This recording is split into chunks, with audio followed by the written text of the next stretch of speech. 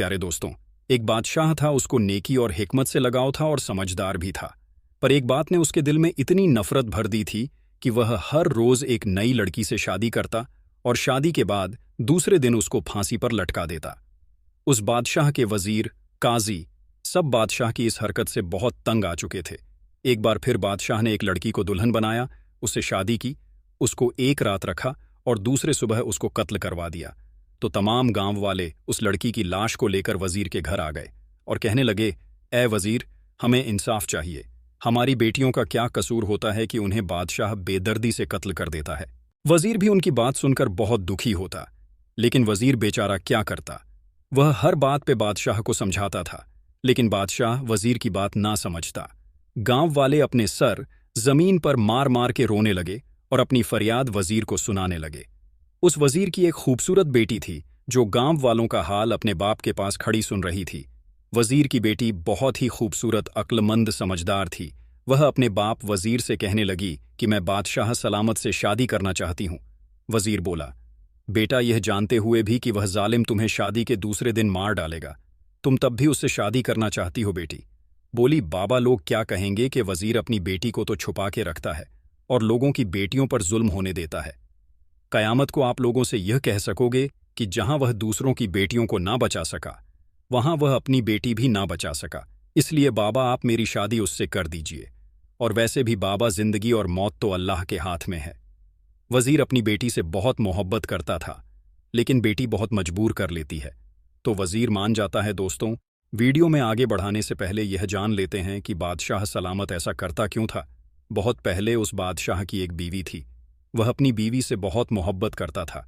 एक दिन बादशाह बिस्तर के ऊपर अपनी बीवी को गुलाम के साथ इश्क लड़ाते देख लेता है, लेकिन जिस हाल में उसने अपनी बीवी को गुलाम के साथ देखा होता है, उसी हाल में वह अपनी बीवी और गुलाम की एक तस्वीर बनवा लेता है और अपने कमरे में लगवा देता है, ताकि उसके सामने उसकी बीवी की बेवफाई हर वक्त रहे और उसको याद रहे कि औरत कितनी बेवफा होती है।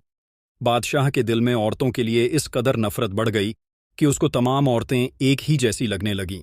इसलिए ही बादशाह जिस लड़की से शादी करता और दूसरे दिन उसको फांसी पर लटका देता, यह सोच करके ना ही उसकी जिंदगी में कोई औरत होगी और ना ही उसके साथ कोई बेवफाई करेगी।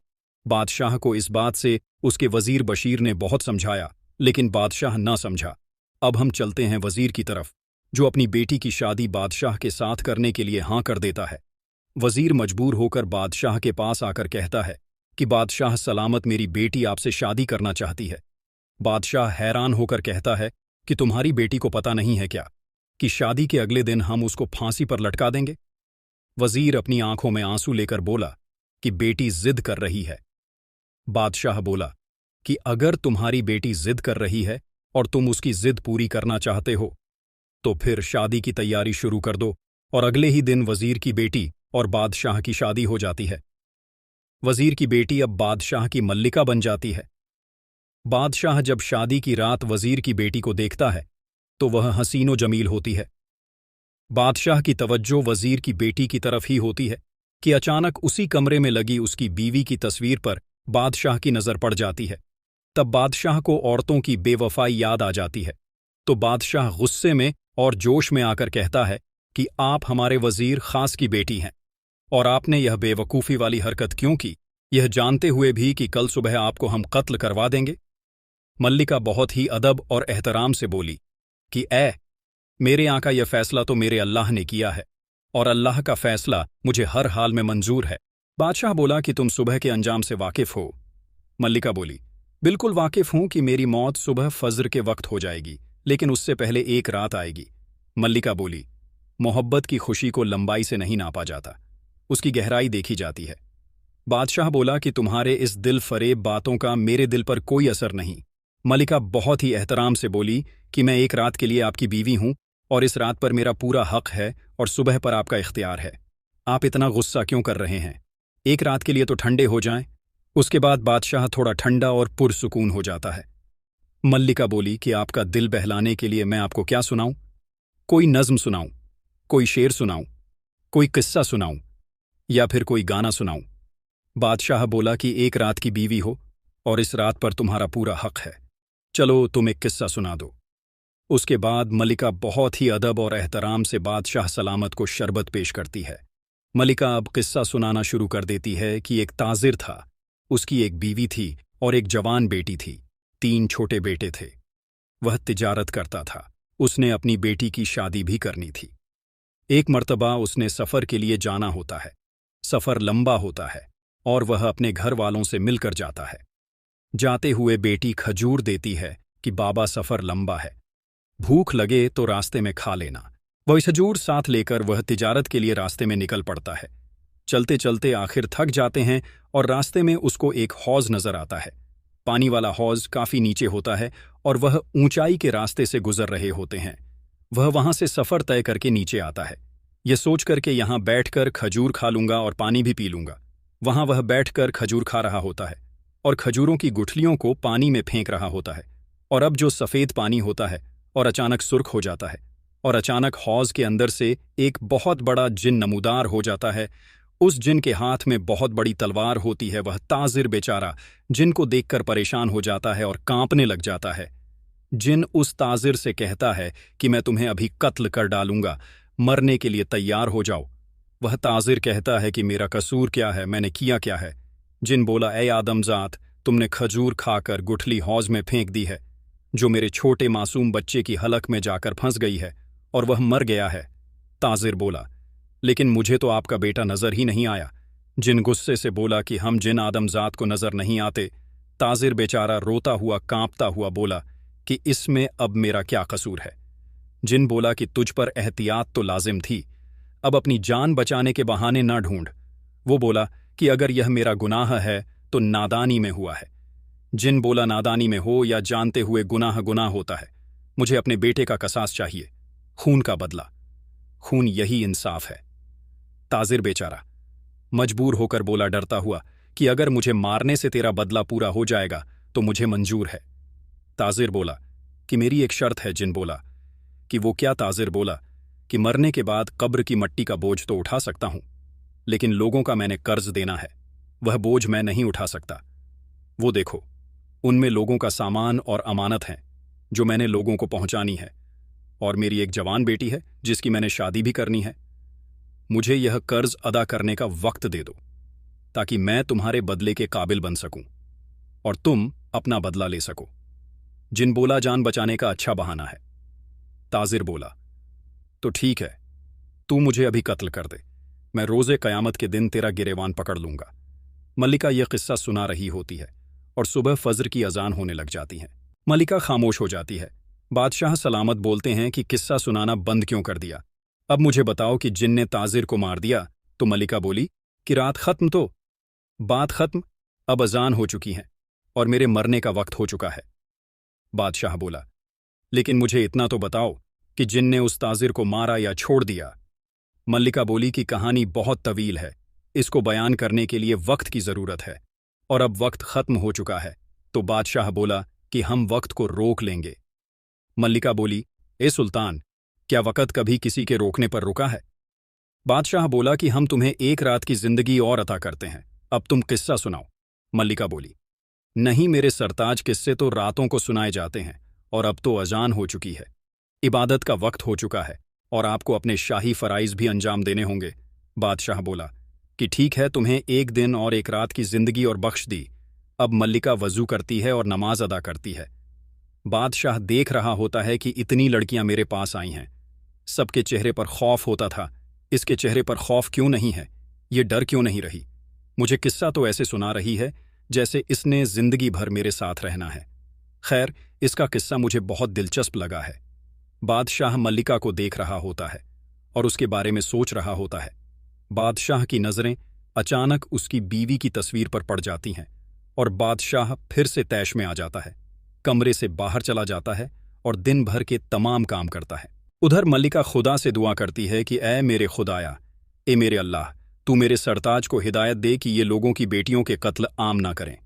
जब शाम होती है तो बादशाह अपने कमरे में आता है। मल्लिका बादशाह के हाथ धुलवाती है, उनको खाना पेश करती है, उनके जूते उतारती है। बादशाह बोला कि यह तो नौकरों का काम है, आप यह क्यों कर रही हैं?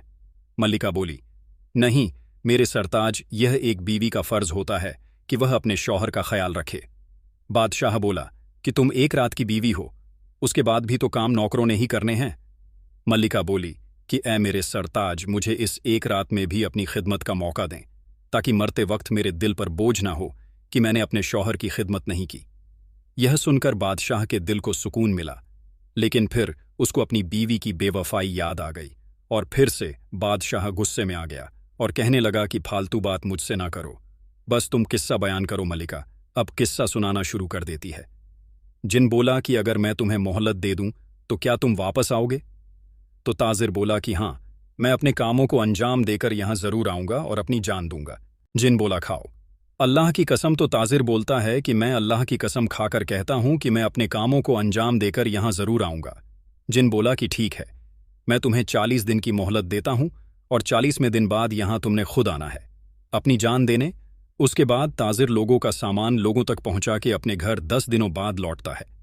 ताजिर के बच्चे अपने बाप को 10 दिन बाद घर आता देखकर खुश हो जाते हैं और बीवी के चेहरे पर रौनक आ जाती है। बीवी बोली कि ऐ मेरे सरताज, आप थक गए होंगे, मैं आपके लिए खाना लगाती हूं। उसके बाद मैं शुक्राने के नफल अदा करती हूं कि आप खैरियत से घर वापस आ गए हैं। यह सुनकर उस ताजिर का दिल रो रहा था कि जब हमेशा के लिए जाऊंगा तो मेरे बीवी बच्चों का क्या होगा। दूसरे दिन वह अपने बीवी बच्चों को तोहफे देता है जो वह तिजारत करके लाया होता है। बीवी बोली कि ऐ मेरे सरताज, मुझे गहनों की जरूरत नहीं, मेरे गहने तो आप हैं, मेरी झूमर आप हैं, मेरा लिबास आप हैं, बस आप मेरे साथ रहिए, मुझे और कुछ नहीं चाहिए। यह सुनकर उस ताजिर की आंखों में आंसू आ जाते हैं। उस ताजिर ने कागज पर लिखे होते हैं अपनी जिंदगी के दिन और उस कागज को जेब में डाला होता है। हर रोज देखता है कि उसकी जिंदगी का एक दिन कम हो जाता है। आखिरकार वह अपनी बेटी की शादी कर देता है और उसकी बेटी रुखसत होकर खैरियत से अपने ससुराल चली जाती है। अब उस ताजिर की मौत का वक्त बहुत करीब आ गया था। उसको अपने घर वालों से जुदाई का दुख अंदर से खोखला कर रहा था। उसको अपने छोटे छोटे बच्चे और बीवी की सोच आ रही थी कि मेरे बगैर यह कहाँ जाएंगे, इनका क्या होगा।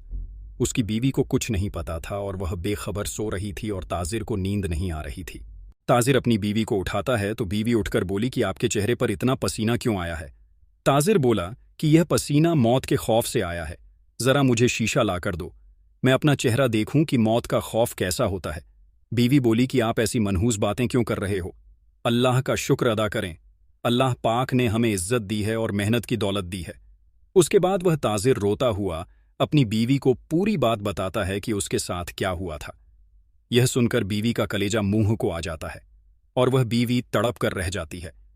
बीवी जब पूरा किस्सा सुनती है तो कहती है कि मुझे भी साथ ले चले, आपकी जगह पर मैं कत्ल हो जाऊंगी, इस तरह उस जिन को भी ठंडक मिल जाएगी। ताजिर बोला कि नहीं, जब बच्चों की मां मर जाती है तो बच्चे यतीम हो जाते हैं, मेरे जाने के बाद तुम बच्चों का ख्याल रखना। ताजिर रोता हुआ बोला कि अगर मेरा माल दौलत जमा किया हुआ खत्म हो जाए या कोई आसमानी आफत आ जाए और तुम्हारे पास कोई चारा और ना हो तो मैं तुम्हें इजाजत देता हूं कि तुम दूसरी शादी कर लेना। बीवी बोली कि यह सुनने के लिए मैं जिंदा हूं, एक काश कि मुझे आपके कदमों में मौत आ जाए। बीवी रोकर बोली, वफादार बीवी का एक ही शौहर होता है। अल्लाह ने औरत को मां के रुतबे से नवाजा है और औरत से ही वलियों को, नबियों को, पैगंबर को पैदा किया है, मगर अक्सर यह अपने शौहर और बच्चों की मोहब्बत में टूटकर शीशे की तरह बिखर जाती हैं। ताजिर बोला कि ऐ मेरी वफादार बीवी, अब खुदा की रजा में राजी हो जाओ, अब सब्र के सिवा और कोई चारा नहीं। बीवी रोती हुई सिसकियां लेती हुई बोली कि आपके जाने के बाद अगर बुरे हालात आ गए तो मैं मेहनत कर लूंगी, लोगों के घर में काम कर लूंगी, बर्तन धो लूंगी, कपड़े धो लूंगी, मांग कर खा लूंगी, लेकिन ऐ मेरे सरताज, कभी दूसरी शादी नहीं करूंगी। मेरी खुशियां आप हैं, मेरी रौनक आप हैं, मेरी सांसें आपसे जुड़ी हैं। यह कहकर वह अपने शौहर के सीने से लग के रोती है। अब वह दोनों आखिरी बार एक दूसरे को देखकर खूब रोते हैं। मलिका यह किस्सा सुना रही होती है तो बादशाह बोला कि वाह, क्या औरत है, ऐसी औरत भी दुनिया में होती है। ऐसी नेक और पाक दामन वफादार बीवी की दहलीज पर फरिश्ते भी नमाज पढ़ना अपना फख्र समझेंगे। मल्लिका बोली, जी दुरुस्त फरमाया। इस दुनिया में कुछ औरतें और मर्द ऐसे हैं जो मियाँ बीवी के पाक रिश्ते को गुनाहों से खराब कर देते हैं। कुछ बदकार औरतें होती हैं जिनकी वजह से ऐसी नेक औरतों पर भी उंगली उठाई जाती है और उनको बदनाम किया जाता है। यह सुनकर बादशाह सोच में पड़ जाता है। मलिका अब आगे किस्सा सुनाना शुरू करती है कि सुबह होते ही ताजिर अब अपने सफ़र को रवाना होने को होता है। ताजिर के बीवी बच्चे रो रहे होते हैं, तड़प रहे होते हैं और आखिरी घड़ियों में एक दूसरे को सलाम कर रहे होते हैं। आखिरी सलाम करने के बाद ताजिर सफ़र के लिए रवाना हो जाता है और सफ़र तय करने के बाद अब वह उस मंजिल पर पहुंच जाता है जहां उसने अपनी जान देनी होती है। ताजिर जिनको आवाज़ देता है कि ए शहंशाह, जिन मैं हाजिर हो गया हूं और मेरे 40 दिन पूरे हो गए हैं, आओ और मेरी जान ले लो और अपना बदला पूरा कर लो। जिन बाहर आकर बोला, ए बहादुर नौजवान, तुम पर ताज्जुब है कि तुम इस तरह मेरे पास मौत के मुंह में आ गए, लेकिन ए आदम ज़ात, मैं तुम्हें मारूंगा नहीं, मैं तुम्हें माफ़ कर चुका हूं। जिन बोला कि मुझे उस दिन तुम पर यकीन नहीं आया था, इसलिए उस दिन से मैं तुम्हारा पीछा कर रहा था और तुम्हारे बारे में जानना चाहता था कि तुमने जो कुछ भी मुझे बोला था वह सच था कि नहीं। लेकिन मैं जान गया कि तुम बहुत नेक और सच्चे हो और तुम्हारे जैसे लोग इस दुनिया में बहुत कम हैं, और मैं तुम्हें मारकर एक और नेक इंसान कम नहीं करना चाहता। ए बहादुर नौजवान, मैंने तुझे माफ़ कर दिया है। अब जाओ, तुम अपने बीवी बच्चों के पास, वह रो रहे हैं तेरी राह में। ताजिर यह सुनकर बहुत खुश हुआ और उस जिन का शुक्रिया अदा किया। मलिका ने किस्सा ख़त्म करते हुए कहा कि ए बादशाह सलामत, अब हम आपको औरत की बेवफाई और वफादारी का एक छोटा सा किस्सा सुनाएं। तो बादशाह बोला कि ज़रूर। बादशाह किस्सा बहुत ही दिलचस्पी से सुन रहा था। मलिका बोली कि ए बादशाह सलामत, एक बादशाह होता है जिसकी 4 बीवियां होती हैं।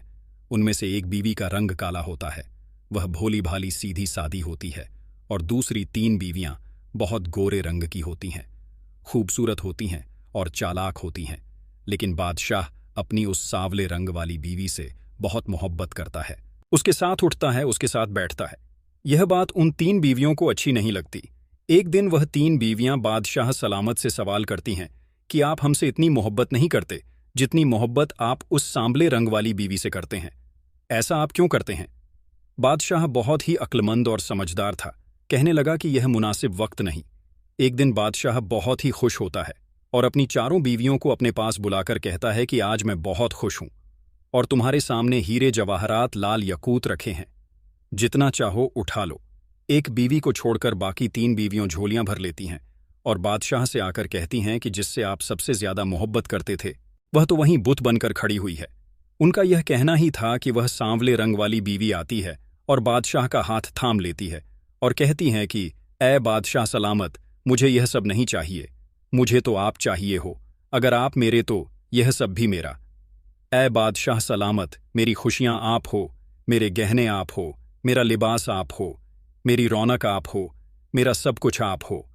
बादशाह को अपनी उस बीवी से यही उम्मीद थी। बादशाह अपनी दूसरी बीवियों से कहने लगा कि तुम लोगों ने उस दिन मुझसे सवाल किया था कि मैं इससे ज्यादा मोहब्बत क्यों करता हूं, तो सुनो, आज तुम तीनों ने इसकी समझदारी अक्लमंदी देख ली है। तुम तीनों ने जेवरात गहने को उठाया और इसने मुझे चुना है। यह मुझे इतनी मोहब्बत करती है कि इसके लिए यह दुनियावी चीजें मायने नहीं लगती, इसीलिए ही मैं इससे ज्यादा मोहब्बत करता हूं। और हां, यह सांवले रंग वाली जरूर है, लेकिन मेरे लिए यह दुनिया की समझदार बीवी है। मलिका का यह किस्सा भी खत्म कर देती है। बादशाह सलामत अब मोहब्बत भरी नजरों से मलिका की तरफ देखते हैं। मलिका बोली, ए मेरे सरताज, सब औरतें एक जैसी नहीं होती, जैसे कि आपने इस कहानी में देखा। बादशाह के दिल में भी अब रहमदिली आ गई और उसको समझ आ गया कि सब औरतें एक जैसी नहीं होती। उसके बाद फिर बादशाह की नज़र अपनी बेवफा बीवी की तस्वीर पर पड़ जाती है और फौरन मल्लिका तस्वीर के आगे आ जाती है और कहने लगी कि जब तक आप इस तस्वीर को फाड़ोगे नहीं, आपको दूसरी औरतें बेवफा ही लगेंगी। आपको बस इसकी बेवफाई याद आएगी और मेरी वफा आपको याद नहीं आएगी। बादशाह अपनी बेवफा बीवी की तस्वीर फाड़ देता है और मल्लिका का हाथ पकड़कर कहता है कि आज तूने मेरी आंखें खोल दी हैं और मुझे और गुनाह करने से बचा लिया है। बादशाह बोला कि मैंने कितनी ही औरतों से शादी की है, लेकिन तुम वह वाहिद हो जिसने मुझे गलत साबित कर दिया है। मल्लिका बोली कि अब आप मुझे कत्ल करना चाहे तो कर दें, लेकिन मेरी एक शर्त है कि आप मुझे सिपाहियों के हाथों से कत्ल ना करवाएं, खुद अपने हाथों से करें। मुझे यह गवारा नहीं कि मुझे कोई सिपाही हाथ लगाए, आपके हाथों से मरूंगी तो मेरी रूह को सुकून मिलेगा। बादशाह बोला, नहीं मेरी मल्लिका नहीं, तुम्हें मैं कुछ नहीं करूंगा और अपनी सांसों के बराबर रखूंगा, और आज मैं अपना यह अहद भी तोड़ता हूं। बस तुम ही अब मेरी जिंदगी में रहोगी। और हाँ, आप मुझसे वादा करें कि आप मुझे ऐसे किस्से सुनाया करेंगी। तो मल्लिका बोली, जी मेरे हुजूर, हम आपको रोज ऐसे किस्से सुनाया करेंगे। अब बादशाह के वजीर बशीर और काजी राया सब बादशाह से बहुत खुश थे, क्योंकि बादशाह अब किसी को कत्ल नहीं करता था। और वजीर तो बहुत ज्यादा खुश था। उसकी बेटी की जिंदगी भी बच गई और वह बादशाह की मलिका भी बन गई। तो नाजरीन, हमारी इस वीडियो के कमेंट बॉक्स में जरूर बताइएगा कि यह किस्सा आपने पहले भी सुना है या आज पहली बार सुन रहे हैं। और अगर आपने यह कहानी पूरी सुनी है तो कमेंट बॉक्स में मुकम्मल या कंप्लीट का लफ्ज जरूर लिखिए, ताकि हमें पता चल जाए कि कितने लोगों ने हमारी इस स्टोरी को मुकम्मल देखा है। और अगर आपको यह स्टोरी अच्छी लगी है, पसंद आई है, तो पसंदगी का इजहार ये होता है कि आप इस वीडियो को आगे भी लोगों तक शेयर कर दें। और ऐसी मजीद वीडियोस देखने के लिए हमारे चैनल को भी सब्सक्राइब कर लें। मिलते हैं एक नई वीडियो के साथ, तब तक के लिए अल्लाह हाफिज।